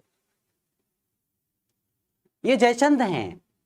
ऐसे लोगों के लिए ही कहा जाता है खुद तो डूबे ही, दूसरों को लेके डूब गए, खुद भी मारे गए। मोहम्मद गोरी बार बार भारत में घुसता था फिर यहां से चला जाता था, लेकिन इसके कुछ सेनापति थे जो भारत में बड़ी प्रॉब्लम क्रिएट करते थे। 1197 ईस्वी की बात है, मोहम्मद गोरी का एक सेनापति हुआ करता था कुतुबुद्दीन ऐबक। इसी के समय पर जब ये भारत में था, गुजरात में कुछ भारतीयों ने विद्रोह किया। कुतुबुद्दीन ऐबक ने गुजरात अथवा काठियावाड़ विद्रोह का दमन किया, काठियावाड़ विद्रोह का दमन किया और इसी काठियावाड़ से एक व्यक्ति को गुलाम के रूप में खरीदा। दरअसल जैसे आज की डेट में आप मार्केट में जाओ तो कपड़ा, खाने का, पीने का सामान और वस्तु मिलता है, ऐसे एक समय इंसान भी बिकते थे, जो खरीदे उसके गुलाम हो जाते थे। वो गुजरात से ही एक गुलाम खरीदा था ऐबक ने, उसका नाम है इल्तुतमिश। आने वाले समय में बड़ा मशहूर व्यक्ति होगा ये। इसी समय की बात है। मोहम्मद गोरी के सेनापतियों में एक हुआ करता था बख्तियार खिलजी, एकदम कुरूप व्यक्ति, दिखने से ही बदसूरत, लाइफ में कुछ कर नहीं पाया, बहुत प्रोग्रेस नहीं था उसका अपनी जिंदगी में। और वह व्यक्ति क्या है कि अंदर से गुस्सा रहता था, नाराज था, उसकी योग्यता के अनुरूप लाइफ में उसको प्रमोशन नहीं मिला, अचीवमेंट नहीं मिला। उसको लगा भारत में हूं तो टैलेंट दिखाने का अवसर है इस बार। बख्तियार खिलजी ने एक छोटी सी सेना बनाई, मिशन इम्पॉसिबल टाइप की टीम। एक मूवी है हॉलीवुड की, आपने देखा हो, वो छोटी सी टीम बड़े से बड़े कार्य कर जाए। बख्तियार खिलजी उस सेना को लेकर के आगे बढ़ा, उत्तर प्रदेश से होते हुए बिहार पहुंच गया। बिहार में 2 यूनिवर्सिटी थी, नालंदा और विक्रमशिला, नालंदा और विक्रमशिला। बख्तियार खिलजी ने इन 2 के 2 विश्वविद्यालयों को, बख्तियार खिलजी ने 2 के दोनों विश्वविद्यालयों को तोड़ दिया, आग लगा दी। कहते हैं कई दिन तक आग जलती रही, बल्कि महीनों तक आग जलती रही। नालंदा और विक्रमशिला, मैं आपको बता दूं, ये ऐसे विश्वविद्यालय थे जो अंतरराष्ट्रीय स्तर पर ख्याति प्राप्त थे, दुनिया से लोग पढ़ने आते थे यहां पर। भारत के बहुत सारे विद्वान यहां रहते थे, भारत की बहुत सारी पुस्तकें जिनमें ज्ञान के भंडार थे यहां पर रखी हुई थी, पर इस मूर्ख और बर्बर योद्धा ने उस विश्वविद्यालय में आग लगा दी। आज की तरह पेन ड्राइव नहीं था या बैकअप फाइल नहीं बनाई जाती थी कि डाटा फिर से मिल जाता। बहुमूल्य किताबें थी, वो दुनिया के लिए धरोहर होती। भारत तो वैसे ही विश्व गुरु की हैसियत रखता था, जो भारत में बहुत पहले हुआ, दुनिया में बाद में हुआ। वो महीनों तक ये किताबें जलती रहीं। अच्छा, एक बात यहां और भी क्लियर समझ लीजिए, हो सकता है किसी किताब में आपको मिले कि 3 महीने तक आग जलती रही, तो ये मत सोचना कि सच में 3 महीने तक जलती रही। भारत के इतिहास के बारे में एक बात और समझ लो, भारत के लोग सांकेतिक भाषा में लिखते थे और दुनिया वाले उसे नहीं समझ पाते हैं तो भारत के लोगों का मजाक उड़ाते हैं। जैसे भारत के शासक के बारे में कहीं कहीं जैसे कोई शासक है तो उसके बारे में लिखा गया कि जब वो धरती पर उतरा तो धरती हिल गई, डगमगा उठी। अब दुनिया वाले कहते हैं भाई बताओ ना कितने पैमाने पर दिखाओ, कितने झटके का भूकंप था। भाई साहब बात भूकंप की नहीं है, बात समझिए। कई बार देखो यदि कोई भारी चीज भी अचानक से थोड़ा सा उठा करके फिर छोड़ो जमीन पर तो वहां की धरती कप जाएगी। पहले के लोग जो है थोड़ा सा विशालकाय हुआ करते थे, अक्सर जब वो गुस्से में उतर रहे हैं धरती को दबा रहे, तो सांकेतिक भाषा है, व्यक्ति बलवान भी है और गुस्से में भी है, कुछ ना कुछ करेगा। कहीं पर आपको लिखा मिलेगा कि इतना गुस्सा आया उस महाशक्तिशाली व्यक्ति को, उसको लगा एक मुक्का मार करके पर्वत को चूर चूर कर दूं। तो आप ये मत सोचने लगना कि सच में उसने पर्वत को चूर चूर कर दिया होगा। लेखक का भाव समझो, लेखक कहना चाह रहा है कि बहुत गुस्से में है। कई महीनों तक पुस्तकें जलती रही, मतलब दिन मत गिनो। ये समझो कि बहुत सारी किताबें थी वहां पर। हिंदुस्तान में थोड़ा सा भाव के आधार पर लिखा जाता था, संकेत दिया जाता था, इस बात को समझो। ऐसे में क्या हुआ कि ये जो है बख्तियार खिलजी ने दो के दोनों विश्वविद्यालय तोड़ करके बहुमूल्य पुस्तकें जला दी। ये भारत को ही नहीं पूरी दुनिया को नुकसान हुआ है यहाँ पर। आज की डेट में देखो भारत में बहुत घटनाएं ऐसी हैं, बहुत कुछ। जब भारत के लोग कहते हैं तो लोग कहते हैं भाई साहब ऐसा है कि कहानियां मत सुनाओ। कहाँ पे लिखा हुआ है ये? अरे लिखा था भाई साहब, जला दिया गया, क्या किया जा सकता है। मैं पीएचडी हूं, मेरी डिग्री चुरा लो आप, संयोग से दूसरी डिग्री नहीं बनती, वो एक ही मिली हुई थी, वो आप चोरी कर लो। फिर मेरे सामने आप इंटर पास एक बच्चे को बैठा दो और लोगों को बुला करके कहो पूछो दोनों में कौन ज्यादा पढ़ा है। मैं कहूंगा मैं पीएचडी हूं, लोग कहेंगे लाओ सर्टिफिकेट दिखाओ आप। भाई साहब सारा सर्टिफिकेट तो आपने मेरा ले लिया, मेरे पास कुछ नहीं है। अब सामने वाला इंटर पास का सर्टिफिकेट दिखा दे, मुझसे ज्यादा विद्वान वो मान लिया जाएगा डॉक्यूमेंट्स के आधार पर। मेरी बात को अन्यथा कहीं लेकर के मत जाओ, फिर मेरा भी भाव समझो। यहां पर आप आज के बाद हिंदुस्तानियों की जो पुराने इतिहास की बातें हैं, किताबें हैं, उसको कथा कहानियां कह करके लोग मजाक उड़ाएंगे, कहेंगे बताओ कहां पर ये है। एविडेंस मिटाए गए भारत के। विदेशियों ने आ करके भारत के लोगों की महानता की कहानियों को नष्ट करने के लिए, भारत के लोगों को यह बताने के लिए कि आप लोग कमजोर हो, आने वाली पीढ़ियों में गुलामी की मानसिकता भरने के लिए बहुत सारे एविडेंस नष्ट किए गए हैं। यदि हिंदुस्तान के लोग वीर गाथाएं पढ़ते तो भारत के लोगों में कमजोरी वाली मानसिकता आ ही नहीं सकती। लेकिन बार बार अपनी ही पुस्तकों में हार की कहानियां पढ़कर लोगों की मानसिकता पर असर पड़ेगा। 17 बार मोहम्मद गोरी को पृथ्वीराज चौहान ने हराया, पर डिटेल से आपको नहीं पढ़ाया मैंने। मैं ज्यादा डिटेल से किसकी कहानी पढ़ा रहा हूं? मोहम्मद गोरी की। अब मैं ये नहीं कहता आप इसके खिलाफ चले जाओ, कम्पिटिटर हो आप लोग, यूपीएससी स्टेट पीसीएस के कम्पिटिटर हो, तो थोड़ा सा आपको सारी बातें आलोचनात्मक ढंग से समझनी होंगी, इमोशनल होकर नहीं। ये प्रॉब्लम है। सारी किताबें जला दी गई यहां पर, और यही बख्तियार खिलजी अटैक करता हुआ आगे बढ़ गया, बंगाल में पहुंचा। इस समय पर बंगाल का शासक हुआ करता था बच्चों लक्ष्मण सेन, और लक्ष्मण सेन ऐसा शासक था। दरअसल उस समय पर बहुत सारे जो मुस्लिम व्यापारी हुआ करते थे, मुस्लिम व्यापारी जो है वो भारत में घोड़े बेचने आते थे। उधर अरब क्षेत्र में घोड़े अच्छे होते थे, अरब क्षेत्र में घोड़े अच्छे होते थे। तो मुस्लिम व्यापारी भारत में क्या करते थे कि घोड़े बेचने आते थे। तो क्या हुआ कि कुछ अश्वारोही आक्रमणकारी, जिसमें बख्तियार खिलजी भी था, लोग बहुत फास्ट घुसे बंगाल में, बाकी सेना पीछे है, अटैक है बंगाल पर। बंगाल का जो लक्ष्मण सेन का किला था, जो किले पर सिपाही थे, उनको लगा ये घोड़े के व्यापारी हैं। जब वो वहां पर पहुंचे, किले का गेट खोल दिया गया। घुसते ही बख्तियार खिलजी ने लोगों को मारना पीटना शुरू किया, और जैसे ही शोर शराबा हुआ, लक्ष्मण सेन को लगा कि कुछ गड़बड़ है, किले का पिछला गेट खोल करके भाई साहब भाग गए।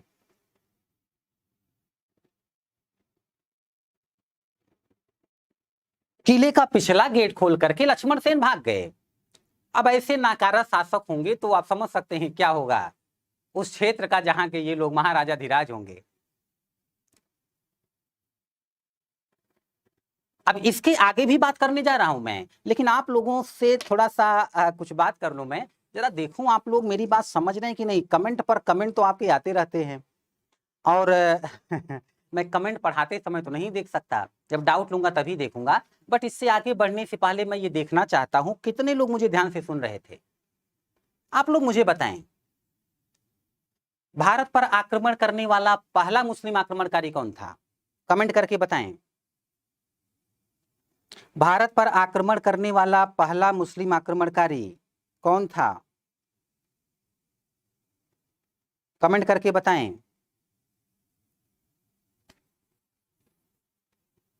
कासिम, ठीक है, बहुत बढ़िया कासिम। अब एक और प्रश्न पूछा गया है, एक और प्रश्न पूछा है कमीशन ने, उसका भी उत्तर दो। बंगाल पर आक्रमण करने वाला पहला मुस्लिम आक्रमणकारी, बंगाल में घुसने वाला पहला मुस्लिम आक्रमणकारी, उत्तर दो। बंगाल में घुसने वाला पहला मुस्लिम आक्रमणकारी, मुझे पता है सारे लोग का नहीं बच्चे, एक बच्चे ने महमूद गजनवी लिखा। नहीं, गजनवी कहाँ है? आप लगता है रेगुलर क्लास मेरा नहीं किए हुए, इसीलिए प्रॉब्लम है। मुझे कंटिन्यू सुनने वाला बच्चा ऐसी गलती नहीं कर सकता। मेरा लेक्चर कंटिन्यू सुनिए तभी समझ पाएंगे। हाँ बिल्कुल, देखिए उत्तर आ गया, बख्तियार खिलजी ये प्रश्न पूछे हुए। अब जब तक आप मैप के हिसाब से नहीं पढ़ते, आप ऐसे प्रश्नों का उत्तर नहीं दे पाएंगे, आप ऐसे प्रश्नों का उत्तर नहीं दे पाएंगे। भारत पर आक्रमण करने वाला पहला मुस्लिम आक्रमणकारी मोहम्मद बिन कासिम है, लेकिन बंगाल तक में घुसने वाला मुस्लिम आक्रमणकारी बख्तियार खिलजी है। अब सोच करके देखो, अफगानिस्तान से लेकर के बंगाल तक किसका क्षेत्र है? ये मोहम्मद गोरी का। यदि एक बार कोई भारत के पंजाब, हरियाणा, दिल्ली, यूपी, बिहार, बंगाल को अपने कंट्रोल में ले ले, यहाँ की जो प्राकृतिक संसाधन है उसका उपयोग कर ले, उससे शक्तिशाली भारत क्या दुनिया में जल्दी कोई नहीं हो सकता। आज के बाद गोरी की शक्ति की कल्पना कर सकते हैं आप? दूसरे तरीके से समझो, सिर्फ राजस्थान के कुछ क्षेत्र और दिल्ली के शासक थे पृथ्वीराज चौहान, 17 बार गोरी को हारना पड़ा। यदि चौहान के पास, पृथ्वीराज चौहान के पास पूरा उत्तर भारत होता, गोरी क्या, गोरी की 10 पुश्तें भी चौहान के और उनके वंशजों का कुछ नहीं बिगाड़ पाती। इसीलिए मैं शुरू में कह रहा था, काश कि कोई राजपूत शासक साम्राज्य निर्माता बन के निकला होता, पर ऐसा उस समय नहीं था। अब जब गोरी के पास इतना बड़ा क्षेत्र है तो फिर गोरी की शक्ति की कल्पना करिए आप। और यहीं से भारत में बच्चों मुस्लिम शासन की शुरुआत हुई है, क्योंकि अब भारत का ये सारा क्षेत्र मोहम्मद गोरी के अधीन चला गया। भारत के लोग मोहम्मद गोरी को निरंतर बद्दुआ देते रहे होंगे। मैंने कहा था, भारत के लोग यदि किसी का कुछ ना बिगाड़ पाए कभी तो बद्दुआ देते हैं, और बद्दुआओं में बेटा बड़ा असर होता था। इस बार भी हुआ। लास्ट टाइम पर मोहम्मद गोरी भारत पर आक्रमण करके जा रहा था। एक पुरानी लाइन आप लोगों ने सुनी होगी, वो गुनगुनाया भी होगा कि राहों में उनसे मुलाकात हो गई, और जिसे डरते थे। इस बार मोहम्मद गोरी जा रहा था, रास्ते में उसको जाट मिल गए। जाटों को लगा कि बार बार ये आता है, बार बार जाता है, हमारे खेत खलिहान नष्ट करते हुए जाता है, हद हो गई है। जाटों ने बहुत बुरी तरीके से मोहम्मद गोरी को मारा। गोरी नाराज हो गया, इतना शक्तिशाली हो चुका हूं मैं, मुट्ठी भर जाटों ने परेशान किया। और लास्ट अटैक मोहम्मद गोरी ने जाटों के खिलाफ किया। 15 मार्च 1206 ईस्वी की बात है। मोहम्मद गोरी को बुरी तरीके से जाटों ने मार डाला। भारत में ही जिन लोगों ने मारा जाटों में, उन्हें खोखर कहा जाता है। ये खोखर हैं, जाट होते हैं। अब आप लोग सोच रहे होंगे कि हमने तो कहानियां सुनी हैं कि पृथ्वीराज चौहान ने मोहम्मद गोरी को मारा था। सारे लोग मेंटली प्रेजेंट होकर सुन रहे हैं मुझे? ठीक है, सुनते रहिए। तो क्या है कि आप लोग सोच रहे होंगे कि गोरी को तो चौहान ने मारा था। देखो, ये जो कहानी है कि शब्द वेधी वार चला करके गोरी को चौहान ने मारा, अभी फेसबुक पेज पर देख रहा था, पता नहीं कहां से ऐसे ऐसे विद्वान आते हैं। अब हम लोग तो देखो ऐसे टीचर हैं, यूपीएससी लेवल पर पढ़ाने का मतलब है कि मार्केट टाइप की सुनी सुनाई बात तो कर नहीं सकते, वही बोल सकते हैं जो प्रोफेसर ने सिद्ध किया है, रिसर्च करके करवा के। लिखा हुआ था कि अश्वत्थामा से मोहम्मद गोरी ने, ये पृथ्वीराज चौहान ने शब्दवेदी वार चलाना सीखा था। अब पता नहीं कहां का रिसर्च होगा ये, अभी हम लोग ऐसी बातें नहीं मान सकते। ये जो कहानी है, ये चंद बरदाई नाम के एक राइटर थे, चंदवरदाई, और चंदवरदाई की पुस्तक का नाम है पृथ्वीराज रासो। पृथ्वीराज रासो, ये बात पृथ्वीराज रासो में लिखी गई है, लेकिन हकीकत मैं आपको बता दूं ये बात इतिहासकार नहीं मानते। इतिहासकारों के हिसाब से जाटों से बहुत समय तक ये मोहम्मद गोरी बसता रहा, कई बार झड़प हुई, लास्ट में जाटों ने इसे मारा था। जहां तक रही बात पृथ्वीराज चौहान की और मोहम्मद गोरी की, पृथ्वीराज चौहान को हराने के बाद गोरी ने उनकी आंखें निकाल ली थी और उनको फिर जो है अजमेर राजस्थान का शासक बना दिया था। यहां तक कि पृथ्वीराज चौहान के जो सिक्के हुआ करते थे, उन सिक्कों पर माता लक्ष्मी का चित्र था। पृथ्वीराज चौहान के सिक्कों पर माता लक्ष्मी का चित्र था। तो मोहम्मद गोरी ने क्या किया, इन सिक्कों को थोड़ा सा चेंज करा करके, सिक्कों को थोड़ा सा चेंज करवा करके अपना नाम उस पर लिखवा दिया, माता लक्ष्मी का चित्र उस पर बना रहा। आपसे प्रश्न पूछा गया है, पूछा जा भी सकता है कि किस मुस्लिम शासक के सिक्कों पर माता लक्ष्मी का चित्र मिलता है, तो बता सकते हैं। खैर मैंने सामने ही लिखा हुआ है, मोहम्मद गोरी के सिक्कों पर। चलो अभी बता दो, देखें पिछला लेक्चर भी आप लोगों ने रिवाइज किया है कि नहीं। किस मुस्लिम शासक के सिक्कों पर माता लक्ष्मी का चित्र है, तो मोहम्मद गोरी। किस मुस्लिम शासक के सिक्कों पर संस्कृत में लिखा गया है, कमेंट करें तेजी के साथ। किस मुस्लिम शासक के सिक्कों पर संस्कृत में लेख लिखा गया है, संस्कृत में लेख लिखा गया है? हाँ बिल्कुल, महमूद गजनी, बहुत बढ़िया। आप लोग तो पिछला भी लेक्चर रिवाइज करके आए हुए हैं, बहुत अच्छे, दिल खुश कर दिया आप लोगों ने। आप लोग ऐसे उत्तर देते रहिए, मेरा जोश और बढ़ता रहेगा और जुनून से और एनर्जेटिक होकर के मैं आप लोग को पढ़ाऊंगा। तो यहाँ पर क्या है कि ऐसा किया। अच्छा, पृथ्वीराज चौहान के एक भाई हुआ करते थे हरिराज, अजमेर में ही, और हरिराज को जिसने मारा था या इनके विद्रोह का दमन किया था कुतुबुद्दीन ऐबक ने। यहाँ तक कि मैं आगे भी बात करूंगा, यहीं अजमेर में कुतुबुद्दीन ऐबक ने एक मस्जिद बनवाई थी, उस मस्जिद का नाम है 2.5 दिन का झोपड़ा। मैं आगे चर्चा करूंगा। 2.5 दिन का झोपड़ा, 2.5 दिन का झोपड़ा जो है, ये बनने से पहले वहां एक संस्कृत कॉलेज हुआ करता था, उससे पहले वो जैनों का कॉलेज था। यहाँ तक कि आज भी इस मस्जिद की दीवारों पर संस्कृत में एक नाटक लिखा हुआ है, हरकेली नाटक। उस समय विग्रहराज चतुर्थ ने इसको लिखा हुआ है। तो संस्कृत कॉलेज था, फिर जैन कॉलेज था उससे पहले, तो इसको तुड़वा करके वहां मस्जिद बनी। बस इस टॉपिक पर मैं आगे बात करूंगा, अभी कुछ समझाना चाहता हूं, समझो आप। तो बाद में पृथ्वीराज चौहान ने फिर विद्रोह किया और तब जाके गोरी ने उनको मार डाला। यही कहानी बहुत सारे मुस्लिम राइटर्स हैं उस समय के जिन्होंने लिखा हुआ है, और क्योंकि ज्यादातर राइटर यही लिखते हैं, वो किसी रिलीजन के हों फर्क नहीं पड़ता, तो जो ज्यादा लोग लिखे वही माना जाता है। तो आप लोगों से कभी पूछा जाए कि बताइए ये गोरी की हत्या किसने की, तो कह देना जाटों ने किया। और हाँ, अगर कोई बुजुर्ग पूछ ले आपसे तो कह देना फिर हाँ ठीक है पृथ्वीराज चौहान ने मारा था, वरना बड़ी डांट पड़ेगी और आपसे कहा जाएगा बहुत ज्यादा पढ़ लिख चुके हैं क्या आप। हमारे जो लोग बताते आ रहे हैं बुजुर्गों में कि पृथ्वीराज चौहान ने गोरी को मारा था, अगर उसके अगेंस्ट बोलेंगे तो डांट सुननी पड़ेगी आपको। और आप लोग क्या, हम लोग गांव जाते हैं तो हम लोग ही रिस्क नहीं लेते। अगर कोई बहुत सीनियर है मुझसे इतिहास बता रहे, भले वो गलत बता रहा हो, भले या सही भी हो, कमीशन उसकी बात नहीं मानता, तो चुपचाप सुनना पड़ता है, वहां बहस करनी ठीक नहीं होती। तो सावधान रहिए कि मेरे स्टूडेंट्स के साथ ऐसा हो चुका है। एक बार मुखर्जी नगर में ही मेरा पढ़ाया एक बच्चा था, वो घर पे जाकर के बताने लग गया कि गोरी को जाटों ने मारा था। तो पिताजी ने कहा फर्जी बात करोगे घर से निकाल दूंगा। बच्चे ने इंटरनेट पे सर्च करके दिखाया, पिताजी ने कहा दांत तोड़ दूंगा, इसके बाद भी बात मत करो मुझसे, ऐसी बात तो बिल्कुल मत करो।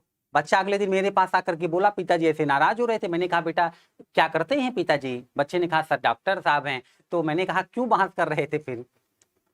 वो साइंस सब्जेक्ट बहुत अच्छे से पढ़े हुए, हिस्ट्री इतना डीप से थोड़े नहीं पढ़े हो जितना आपको पढ़ाया जा रहा, या कमीशन की डिमांड के अनुरूप आप पढ़ रहे हैं, दूसरों को उस लपेटे में क्यों लेते हैं आप? मुझे मना करना पड़ गया। तो थोड़ा सा सावधान रहिएगा, ऐसा कार्य बिल्कुल मत करिए। तो यहाँ पर क्या है कि मोहम्मद गोरी जो है बाद में इसकी हत्या हो गई, लेकिन मोहम्मद गोरी के कुछ गुलाम हुआ करते थे। उसमें एक गुलाम था कुतुबुद्दीन ऐबक। जैसे क्या होता है, कई बार साउथ इंडिया की मूवी आप देखते हैं तो उसमें जो हीरो होता है वो घर का नौकर होता है या पर्सनल बॉडीगार्ड होता है, बट बाद में ईमानदारी वफादारी को देखते हुए उसे जो है सनिल्ला बना लिया जाता है, उसी परिवार का दामाद। ऐसे ही कुछ गुलाम बड़े ईमानदार शक्तिशाली होते थे, जिनसे जो शासक होते थे अपनी बेटी की शादी करके बड़ा बड़ा अधिकारी बना देते थे उनको। कुछ ऐसी ही कहानी है। और इस बार कुतुबुद्दीन ऐबक जो है, जो गोरी का ही गुलाम था, उसने भारत के क्षेत्रों पर कंट्रोल करने का सोचा, भारत में रुक गया और यहीं से भारत का जो क्षेत्र है वो गुलाम हो गया। भारत को गुलाम करने के बाद जो लोग शासन करने जा रहे हैं, क्योंकि वो लोग भी जो है वो भी गुलाम हैं, इसीलिए अब यहीं से शुरू होता है गुलाम वंश।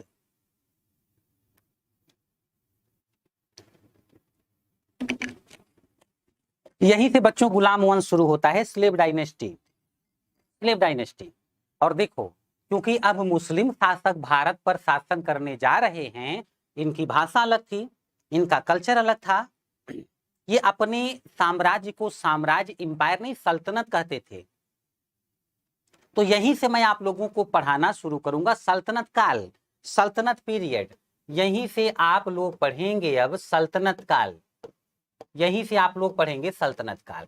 गोरी के मरने से लेकर के बाबर के आने तक, 1206 से लेकर के 1526 ईस्वी तक, ये 1206 से लेकर के 1526 ईस्वी तक आप लोग सल्तनत काल पढ़ेंगे।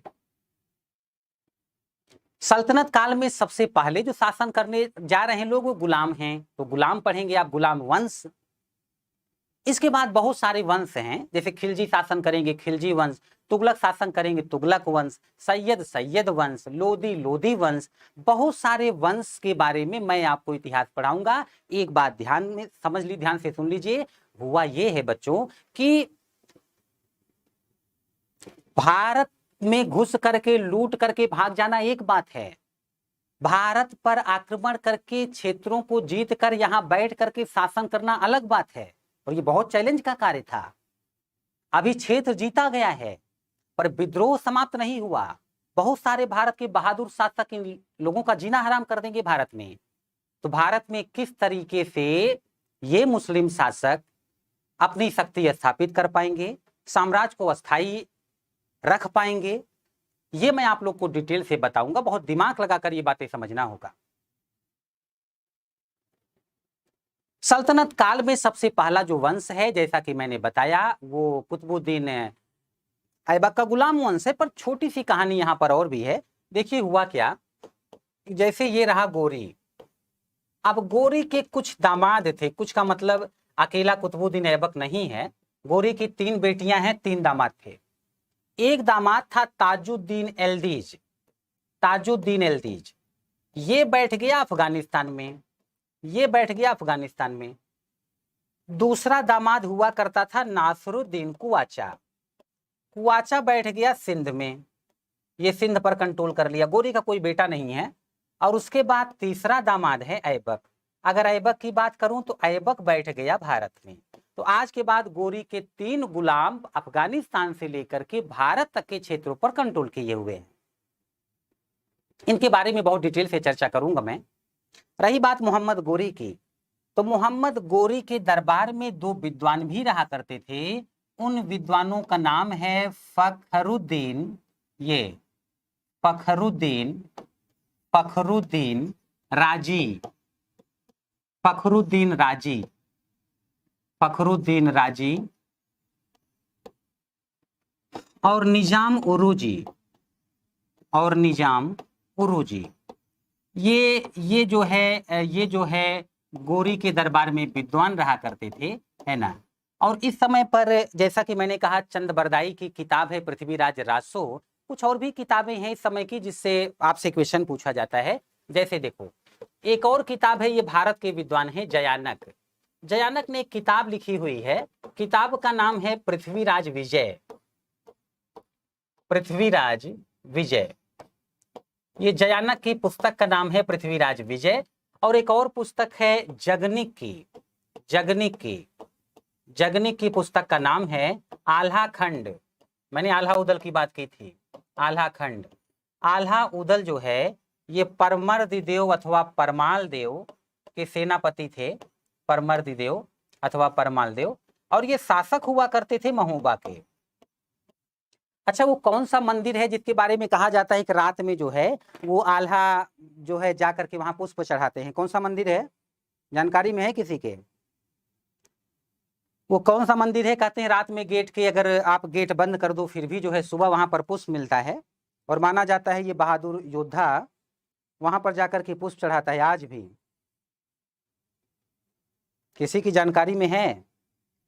बिल्कुल, देखिए मैं यही तो देखना चाहता था कि आप लोग वर्तमान की जानकारी को पास की जानकारी से कोरिलेट कर पाते हैं या नहीं। बिल्कुल, मैहर देवी मंदिर, मैहर देवी मंदिर। तो यहाँ पर क्या है कि ऐसे में क्या हुआ कि अब भारत पे यहीं से, अच्छा अब आप ये बताइए, भारत पर आक्रमण करने वाला पहला मुस्लिम शासक कौन था? कमेंट करके बताएं। भारत पर आक्रमण करने वाला पहला मुस्लिम शासक कौन था?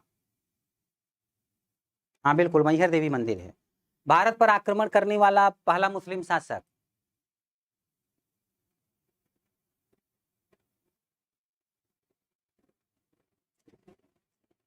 भारत पर आक्रमण करने वाला पहला मुस्लिम शासक कासिम है। एक बात और याद रखना, कासिम अरबी था, वो अरबी आक्रमणकारी है।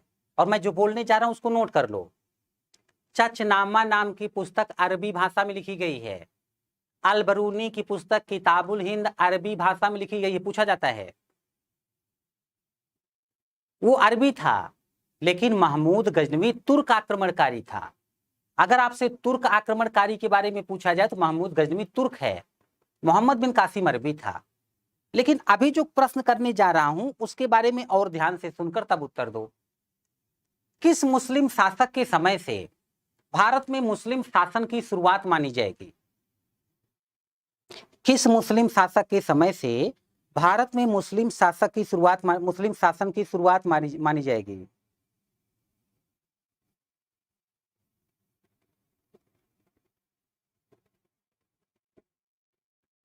बताएं। हाँ, मोहम्मद गोरी, बहुत बढ़िया बहुत बढ़िया। आप लोग बहुत ध्यान से सुन रहे, समझ में आ गया। एक बच्चे ने लिखा है ऐबक, वहीं गड़बड़ी हो गई। इल्तुतमिश भी नहीं, मोहम्मद गोरी, क्योंकि मोहम्मद गोरी ने भारत के क्षेत्रों पर कंट्रोल किया हुआ है, उसने कंट्रोल किया।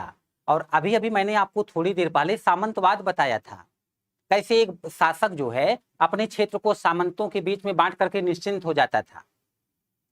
कुछ ऐसा ही मोहम्मद गोरी, क्योंकि इतने बड़े क्षेत्र पर अकेला तो कंट्रोल कर नहीं पाता।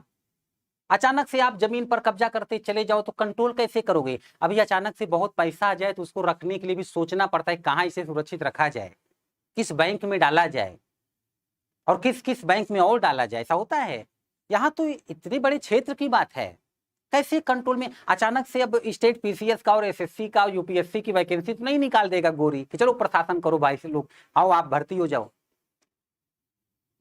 हमारे यहाँ कर्मचारियों की जरूरत है। तो क्या हुआ, जैसे सामंतवाद है कुछ इसी टाइप का, गोरी भी क्षेत्र जीत करके अपने अधिकारियों को उस क्षेत्र को दे देता था, वहां कंट्रोल करो, वहां पर रहो आप। और जो ये गोरी जो है अपने अधिकारियों को जमीन देता था शासन के लिए, शासन के लिए बहुत महत्वपूर्ण है, ये बहुत महत्वपूर्ण प्रश्न बनता है। शासन के लिए इसे इक्ता कहा जाता है, इक्ता। इक्ता बता सकते हैं सर्वप्रथम इक्ता प्रणाली किसने शुरू की थी? सर्वप्रथम इक्ता प्रणाली किसने शुरू की थी? सर्वप्रथम इक्ता प्रणाली किसने शुरू की? कमेंट करें, बार बार पूछा जाने वाला प्रश्न है ये।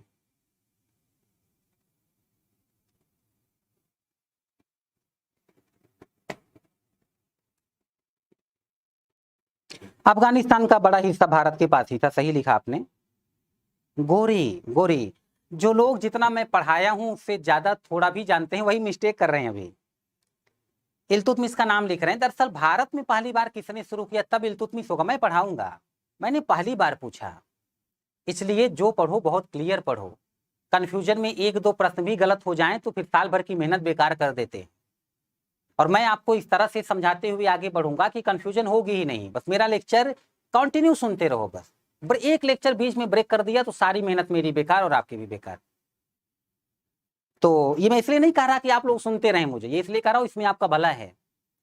अच्छा चलिए, तो यहीं से भारत में मुस्लिम शासन की शुरुआत होगी। मैं अब सल्तनत काल पढ़ाऊंगा। अब बताएं जितना मैंने बताया ये समझ में आया? जो कुछ मैंने पढ़ाया आप लोग क्लियर समझ गए? बताएं।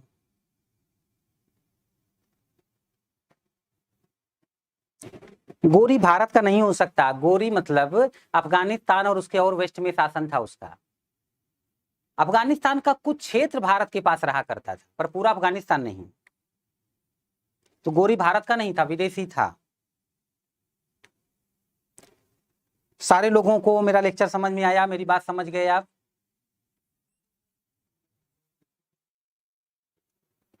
जितनी मेहनत से आपको पढ़ाया जा रहा है उतनी मेहनत से आप लोग पढ़िए। जितनी मेहनत आप लोग करेंगे टीचर उसी हिसाब से और मेहनत से पढ़ाएगा। और जरा सा लापरवाही कर गए तो फिर समस्या है। अकेले मेहनत करके मैं क्या करूंगा जब साथ में आप नहीं करेंगे? वैसे आप सारे बच्चे मेहनती हैं, मैं देख रहा हूं। आप में से ज्यादातर सही उत्तर ही देते हैं। सर नोट्स नहीं बना पा रहे हैं, बेटा सुनते हुए लिखा करिए। और अगर नहीं लिख पाते हैं तो इस लेक्चर को दोबारा सुनिए, फिर लिखिए। उसका फायदा होगा, रिवाइज भी हो जाएगा और नोट्स भी बन जाएगा। अच्छा, अब जिसके पास कोई डाउट हो वो अपना प्रश्न रख दें। किसी का कोई डाउट? कुछ पूछना चाहेंगे आप लोग? आप लोग कुछ पूछना चाहेंगे?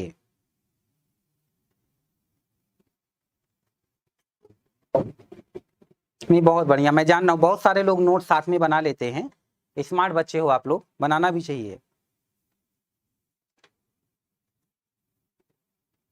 एक बार गौरी और पृथ्वीराज चौहान के बारे में फिर बता दूं।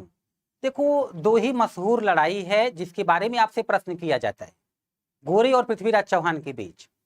एक तराइन की पहली लड़ाई है और फिर तराइन की दूसरी लड़ाई है। बहुत ध्यान से प्रश्न पढ़ना, जब ये प्रश्न पूछा जाता है तो कंफ्यूज मत होना। तराइन की पहली लड़ाई में पृथ्वीराज चौहान ने किसे हराया? मोहम्मद गौरी को। अभी पूछ ले तराइन की पहली लड़ाई में कौन हारा? तो भी मोहम्मद गौरी। तराइन की पहली लड़ाई में कौन जीता? तो पृथ्वीराज चौहान। ऐसे क्वेश्चन आता है थोड़ा सा घुमा करके या सीधा।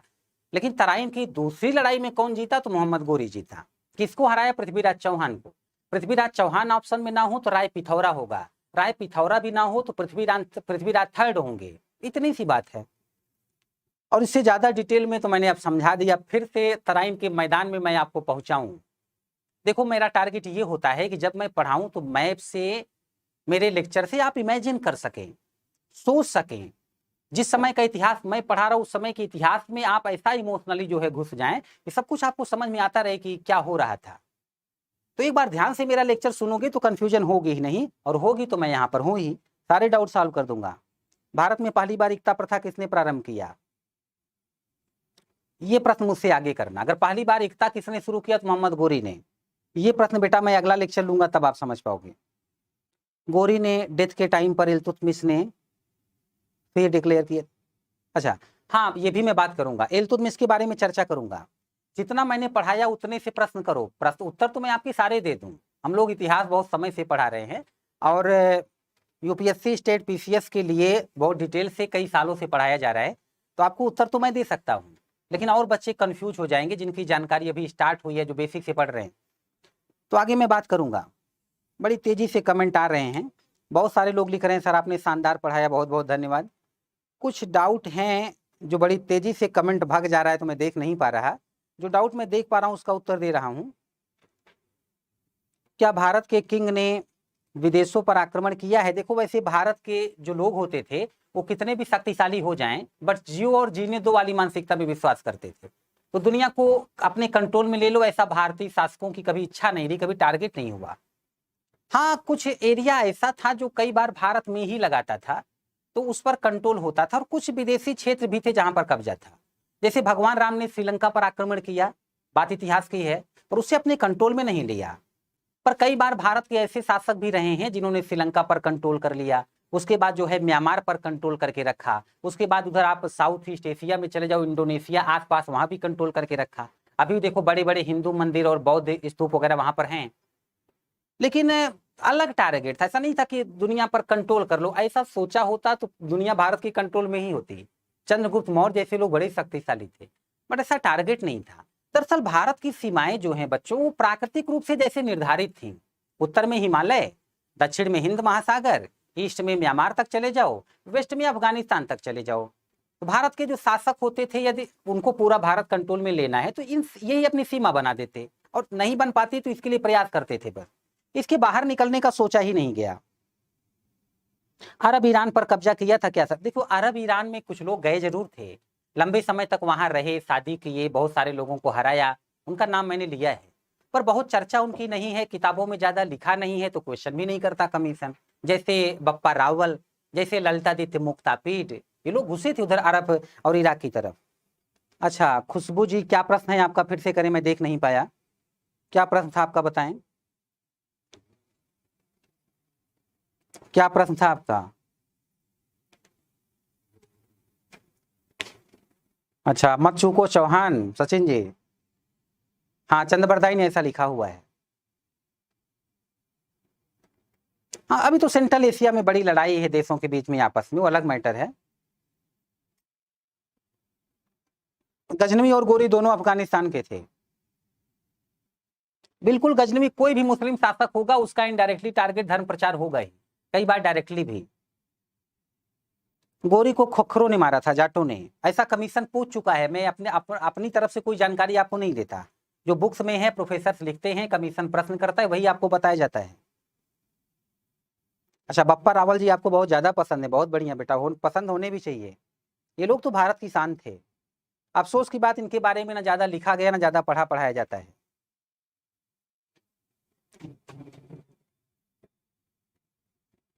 चलिए ठीक है, तो आप लोगों के डाउट मुझे लगता है क्लियर ही हो गए होंगे। कोई डाउट होगा तो मुझसे फिर नेक्स्ट क्लास में पूछ लेना।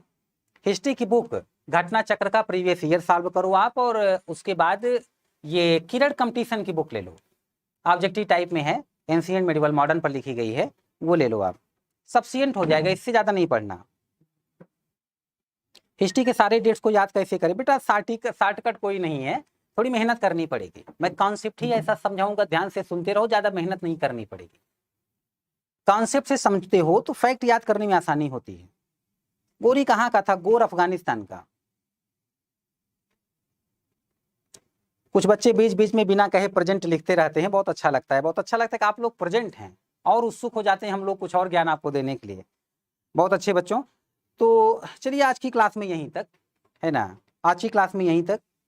अब चूंकि अब जो टॉपिक मैं शुरू करूंगा वो डिटेल से है और उतना समय बचा नहीं कि मैं आप लोग को पढ़ा सकूं, तो महेश बर्णवाल की बुक किरण कंपटीशन की लीजिए। बुक तो सारी अच्छी हैं, बट जो टीचर आपको बताए वो ज़्यादा अच्छी हैं, तो ले पाइए तो किरण कंपटीशन की ले लीजिए, वरना कोई भी ले लीजिए, जानकारी बहुत है सब में।